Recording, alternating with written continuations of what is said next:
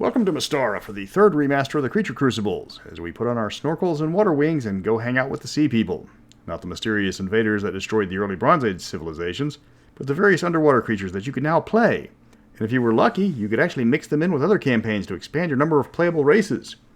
But usually the result was all the land-based characters watching the poor mermaid flop around on the ground gasping for air, as she messily asphyxiated in the opening 5 minutes of the campaign. I'm Mr. Welch, and don't worry, there are still plenty of opportunities to have unknown invaders arrive in ships and destroy all your civilizations if you want to.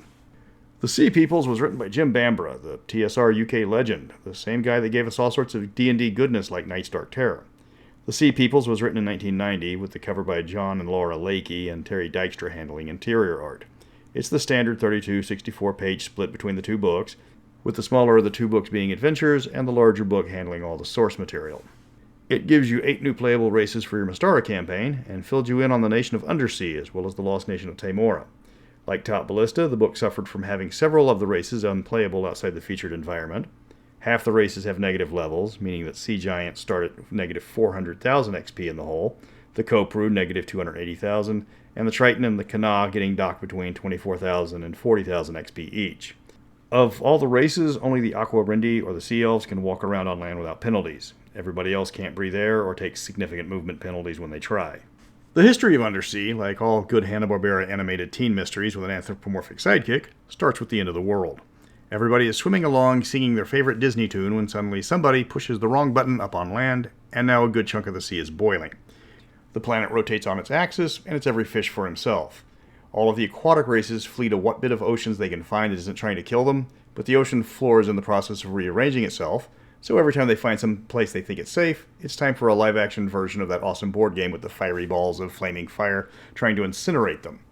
Finally, they fled to the Sea of Dread, where they thought they were somewhat safe. Of course, then the nation of Tamora drops into the ocean, and the cycle starts to repeat. Fortunately, not everything was doom and gloom for the ensemble cast members of the off-Broadway production of Little Mermaid. Manwara, aka Proteus, the patron of the ocean, realized that if he didn't do something real soon, his underwater worshippers' next home was going to be the overpriced platters at Papa Seafood. Seriously, their house salad's $10. I hate to think of what mermaid fillet would run. Probably has the Ask the Waiter written on the menu so you don't immediately pucker up from the sticker shock. Papa's makes Red Lobster look like Long John Silver's when it comes to price, and they don't even give you Hush Puppies or the cool paper pirate hat. Wait, where was I? Okay, Manwara created a pocket of stability that kept the worst of the world-shaping chaos going on across the globe from boiling everyone alive. At first it was just Tritons and Marrow with pockets of Aqua Rendi elves. Oh, quick note, Mystara and Marrow are just what the merfolk call each other. They aren't the evil monsters found in other editions of D&D. They're just the traditional human top half and fish bottom half, just to clear up any confusion. Other races began to migrate into the area, each one promising to live by the rules of Undersea. What the Tritons said, that was the law. The Kanawa, giant fishmen, showed up as merchants. The large schools of sharkmen vowed to follow the rules, but that promise has been stretched a few times. The Fey Nixies were already there, and they just went along to avoid trouble, which they find anyways. They're Nixies. The few sea giants in the area were effectively hired by the Tritons, a relationship that has proved beneficial to both races. Finally, a few Kopru swam away from the life as slavers and joined the other sea peoples. They took up jobs as heartless taskmasters and ruthless businessmen. I never said they were good, I just said they stopped with the slavery thing. The Aqua Rendi are the first of the playable aquatic races listed. They have their own video, so I'll just summarize. They are standard elves, except they breathe water as well as air. They range from tan to blue in color and cast magic like all elves. They are the least populous of all the elves, not from any great cataclysm. There's just never been that many of them in the first place. They like frolicking, but they tend to hide from people they don't know. They get along great with the surface elves on Minrathad, but are largely unknown to non-elven surface dwellers of any type. The Kanawa are 10-foot-tall fishmen that are best described as having humanoid upper torsos and a fish's tail, and then drawn having legs in every single piece of art that I could find. They are renowned traders, selling not only what they scavenge from wrecks, but anything they can craft. They cannot breathe air at all, and above water they quickly expire. They have no special abilities or powers. They have decent hit points, but nothing more than what your normal fighter has. They have no built-in magic, they have no naturally occurring magical abilities, and they can't even talk to fish. And somehow they start at negative 48,000 XP. To make matters more confusing, they get their next increase at negative 46,000 XP, so they're only 2,000 XP from leveling up, just like a fighter. At 48,000 XP, they have the same hit dice as a 7th level fighter for about 12,000 less in experience points. And that's really their only ability, leveling up slightly faster than fighters. Fluff-wise, they ride giant millipedes called maulers, and they're fighting a war with Minrathad, who despises the Kana's merchant bent in their oceans. The playable Kopru represent the neutral aligned version of that race, and that version is pretty much just the player characters. You start off with 5 negative levels, over 250,000 XP in the hole, but you get 3 hit dice to start, and fire resistance. You have 2 attacks as you can tail whip and punch, and they get better as you level, though they never become magical. If you want all the cool Kopru powers, you're going to have to wait till everyone else is named level, because you don't get domination or magic resistance until you pay off those negative levels. Of course, if your target makes their save, they're forever immune to your domination power, but your domination doesn't automatically end and you can dominate multiple people at the same time. Just because you gave up your slaving ways doesn't mean you aren't still really good at it. Kopru can breathe air, but they move like walruses on land, meaning they get lapped by arthritic dwarves. The Marrow are one of the more numerous undersea races. Their mermen and mermaids have no real home, preferring a nomadic lifestyle where they can talk to the fishes. That's their primary ability. They can talk to dolphins and whales within 500 feet, and talk to each other using whale song. When I say primary ability, I mean only ability. That's literally all they have.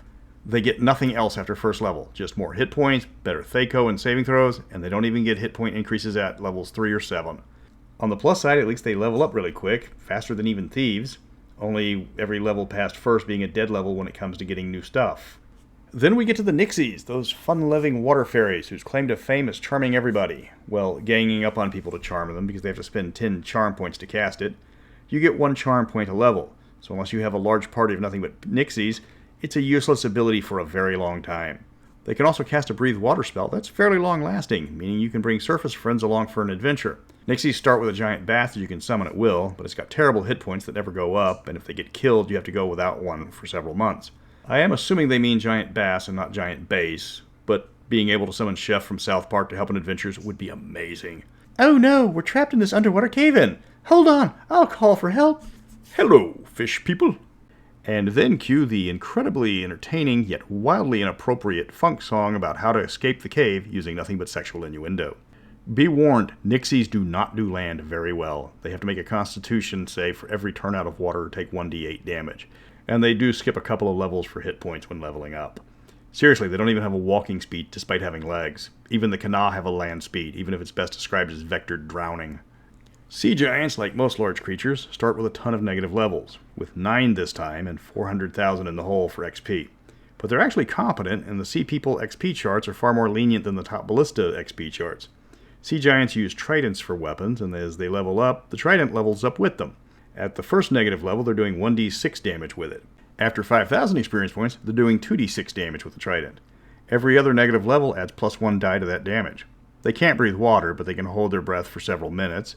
When they finally reach level 0, they gain the ability to push water like an attack, just like Aquaman with the Super Friends. While all the art makes them look slow-witted, they actually have no modifiers to intelligence at all, and can go all the way up to 18 like everybody else. They are clumsy, though. If they aren't in an area that's considered giant size, they have to make a dex check or break something. Sharkkin are similar to Greyhawk Sahagin, as they are both like sharks. That's the end of the list of similarities. Sharkkin, when going to elect a leader, grow legs and the ability to breathe air. Once that's done, they go back to the water, their legs turn back into fins, and they can't breathe air anymore. That only happens when they need a new leader.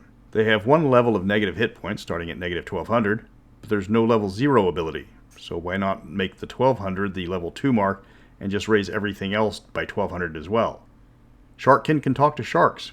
They have to make a check to avoid frenzying when someone's bleeding in the water. They have no additional abilities when leveling up, and again, like the others, skip levels for new hit points at 3 and 7. Facing off against these numerous races are the evil devilfish, intelligent manta rays bent on conquering Undersea. These are the Mystaran equivalents of Ixatchitl from other settings, just with an easier to pronounce name. There's 2 types, warriors and clerics. Their base stats are largely covered in the Master's Guide or the Rule Cyclopedia, but to summarize, they come in large numbers. The warriors are easy to kill, but the clerics in the groups get increasingly more powerful and you can't tell one devilfish from another. The clerics will be leading large numbers of undead, and they will often be vampires. The devilfish, not the undead. Though they could be leading vampires as well if you wanted to be mean. The Sea People's Crucible does give you rules for more powerful devilfish if you want to make the warriors a lot tougher than they typically are. They have to avoid shallow waters during the day because sunlight burns them. They usually can't get within 50 feet of the surface. One balancing factor for the aquatic races is that spellcasting is somewhat easier for them to acquire. You can either add wizard levels or cleric levels to your race unless they already have them. This makes them Shaman for cleric spells and Wiccans for magic spells, though the latter name was retconned to Wokani to avoid confusion. Adding spell levels increases the XP needed to level, but for the classes that go up quickly, it's a small price. Not every race does well with the different classes, and no one can level up more than 10 times with spells. You can multi-class with wizard and cleric spells, but that puts a hard cap at just level 4 for both of them. Normally this is the part where I tell you all about the different regions of the Undersea, except the book doesn't go into much detail. There's not enough room. Most of the source book covers how to play underwater with a host of rules on why getting wet changes things. The section on spells is rather in-depth, as a good number of spells don't work or get neutered in some way because water tends to affect range. Since underwater combat is three-dimensional, the rules have to be adjusted to handle that. Be sure to leave all blunt weapons on shore. It's all about tridents and crossbows underwater. Though the lore on the geography is sparse, Sea Peoples does go into some details on life and politics under the ocean. Right now the Undersea is having a brush war with the devilfish, and they aren't doing very well. The devilfish are numerous. They have access to all the undead from sunken ships, slain sea races, and the fallen nation of Timora. Little by little, the Tritons are being pushed back by the endless ranks of their enemies.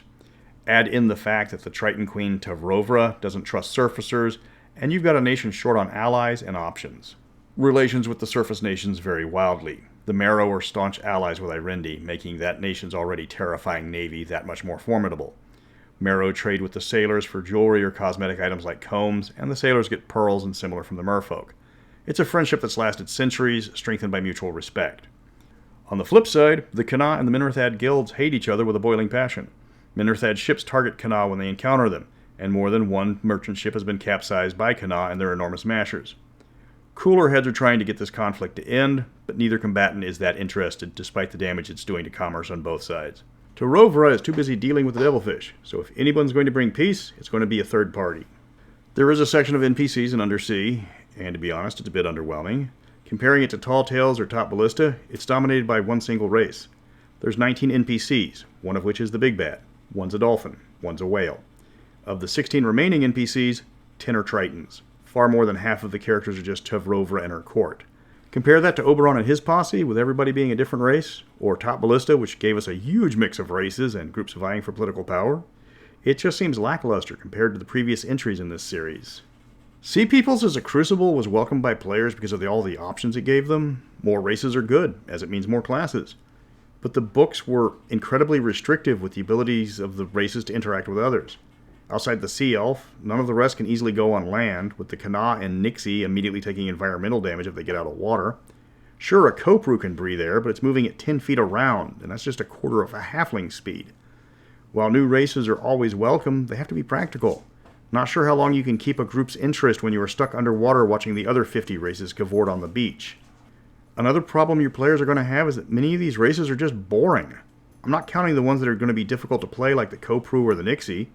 The Kanawa literally get no new abilities at all after level 1.